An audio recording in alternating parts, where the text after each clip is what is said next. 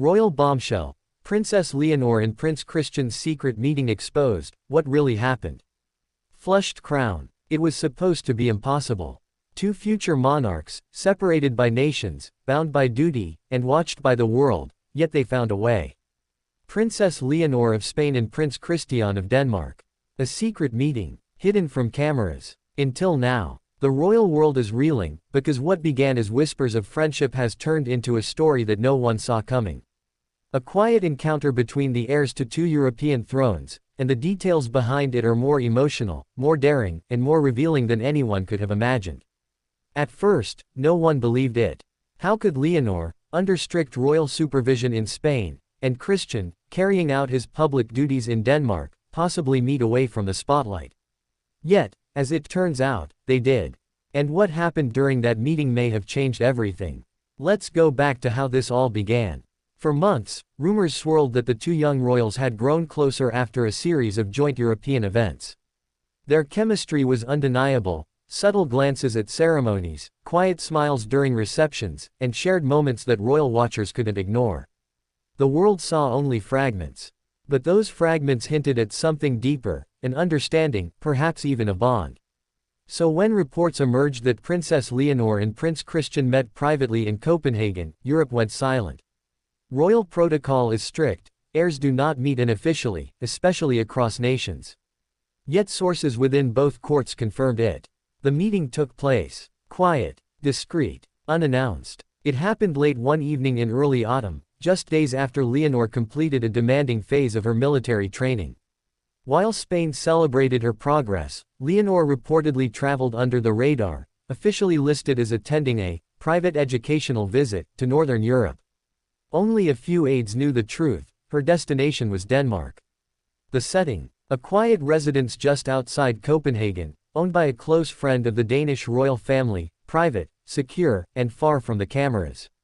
Christian was already there. When Leonor arrived, accompanied by a single trusted assistant, she was said to be visibly emotional, a mix of nervousness and excitement.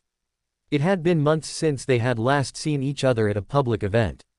According to one insider, when they finally met, it wasn't formal. It wasn't royal. It was human. The two greeted each other not as heirs to two thrones, but as young adults who share an uncommon fate, born into privilege, yet bound by pressure. Witnesses describe laughter, long conversation, and even a few moments of silence that spoke louder than words.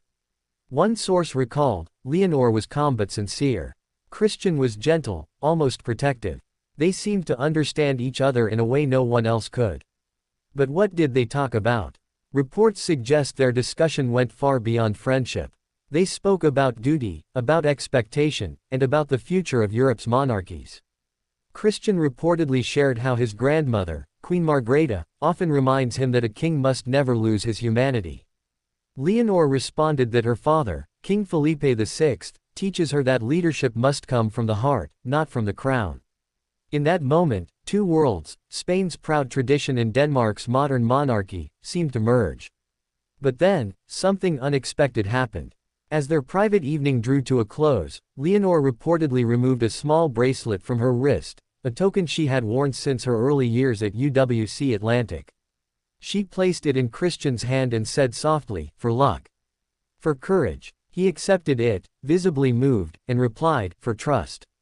That single exchange would later become the heart of the entire story, the gesture that confirmed what many already suspected. This was not just a casual meeting. This was the beginning of a deeper bond between two heirs who may one day lead Europe side by side. But secrecy comes at a cost. When the news leaked days later, both royal families were caught off guard. Spanish media exploded with speculation. Danish newspapers ran front-page stories asking, "Is this the future of Europe's monarchy?" Palace officials refused to comment. "We do not discuss private matters," said one spokesperson. But behind closed doors, the mood was tense.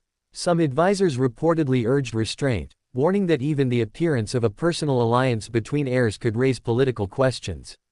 Others, however, saw opportunity, a new symbol of European unity through the next generation. In Madrid, Queen Letizia was said to be concerned, not because of the relationship itself, but because of its exposure. "Leonor must be careful," one royal watcher noted. Every move she makes now carries the weight of a nation. Meanwhile, in Copenhagen, Christian's parents, Crown Prince Frederik and Crown Princess Mary, reportedly took a different approach. "He's growing up," a close family friend said. "They understand that connection is part of leadership. They don't want to suppress it, only protect it." And so, a quiet understanding developed between the two royal households. There would be no denial, no confirmation, only silence. Because sometimes, silence protects what words might destroy. Yet despite the secrecy, their connection continues to echo across Europe. In the weeks following the meeting, royal photographers noted subtle signs. Christian was spotted wearing a silver bracelet on his wrist, one that matched the style of Leonor's. When asked about it, he smiled and gave no comment.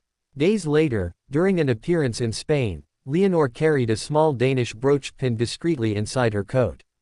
To most, it meant nothing. But to those who knew, it spoke volumes. Could this be a symbol of quiet loyalty between two heirs? Perhaps even a promise. Royal experts call it Europe's most discreet love story, one rooted not in spectacle, but in sincerity. Two young leaders finding companionship in a world that rarely allows them to be themselves. But this story isn't just about affection. It's about change. Because Leonor and Christian, whether by chance or destiny, were redefining what royalty means. Their meeting, secret, heartfelt, and human, reveals a new model of leadership. One that values understanding over isolation, partnership over tradition. When asked about the future of monarchy, Leonor once said, "We must be the bridge between yesterday and tomorrow." Those words now carry new meaning.